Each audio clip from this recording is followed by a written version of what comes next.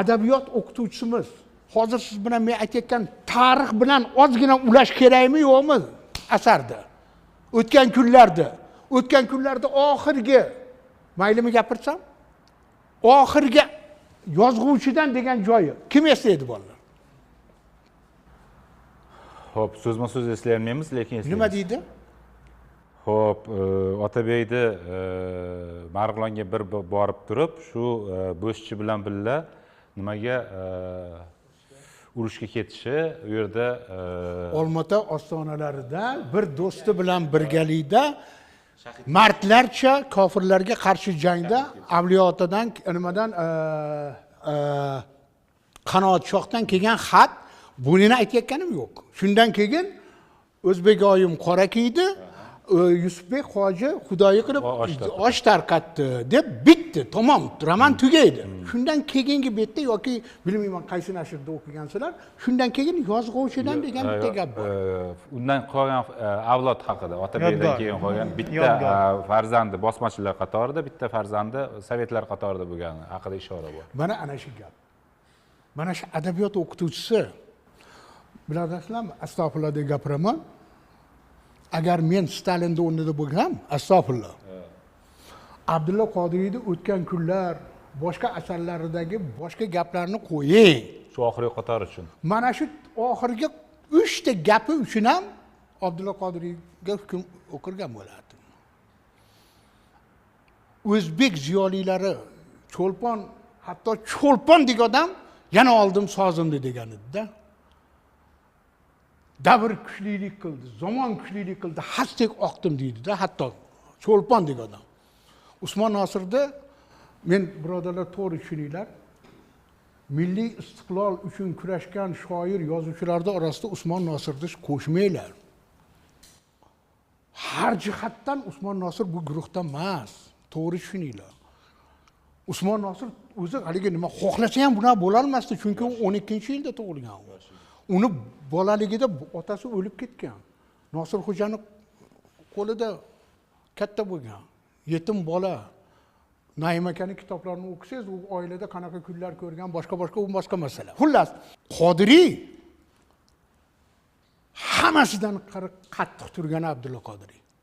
Men kuzatganlarim orasida. Aytganimdek, Cho'lpon domlada ham ozgina nima bor, qaytish bor.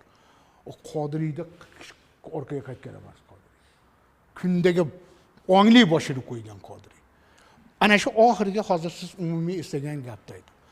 Keyin yozg'uvchidan hali men aytdim, mana shu gapi uchun ham Qodiriyni nima qilsa jazolasa bo'laverardi. Nima deyaptilar? Keyingi Marg'ilon borishimda Yodgorbek taqdiri bilan qiziqdim. Aytishlaricha, Yodgorbek shu asrning 19-20 ochliq yillari miyonasida vafot etibdir. Undan 2 ta o'g'il farzand qolibdir. Ulardan biri hozirda Marg'ilonning maxsus ishchilari orasida ermish, ikkinchisi bosmachilar orasida ekan, o'lik tiriga noma'lum emish deb nuqta qo'yadi. Shu 3 ta 4 ta gap. Birodarlar, nima deyapti Abdulla Qodiriy? Marg'ilon shu asrning 19-20 yillari. Kim boshliq? Davlatda kim? Sho'rolar. Nimadan ochlik paydo bo'lgan? Qo'qon muxtoriyati deb keyinchalik tarixga soddalashtirib, toraytirib kirgan, aslida Turkiston muxtoriyatini bostirish uchun Dashnoqlar boshchiligidagi armiyani tashab, bir hafta 10 kunda 10 mingta odam tig'dan o'tkazilgan va butun xalq talanib, butun boyligi yig'ilib davlatga musodara qilingan xalq ochlikdan o'lyapti. O'shalarning orasida Yodgorbek ham bor. Yodgorbek kimi bolasi? Otabekdi. Otabek kim bolasi? Yusufbek hoji. Yusufbek hojining uyida yoki uni qudasi Mirzakarim Qutidor Kumush bibining uyida biror marotaba guruch tugab qopti. Go'shab kelasizlarmi degan gap bormi? Ha? Uni o'rniga nima bor? Onasi dasturxonga qaradingizmi? Kamchiligi yo'qmi?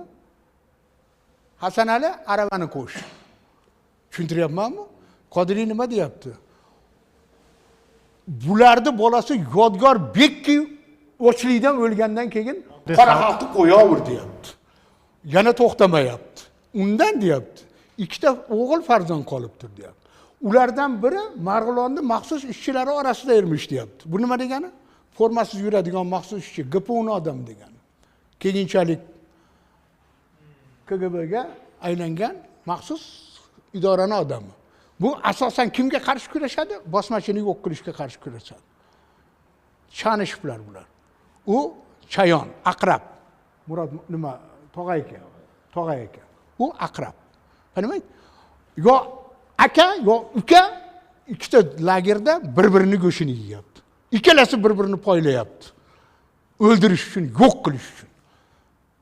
Grajdanlar urushi o'zbek tiliga fuqarolar urushi emas, birodar kuchli urushi deb tarjima qilinadi.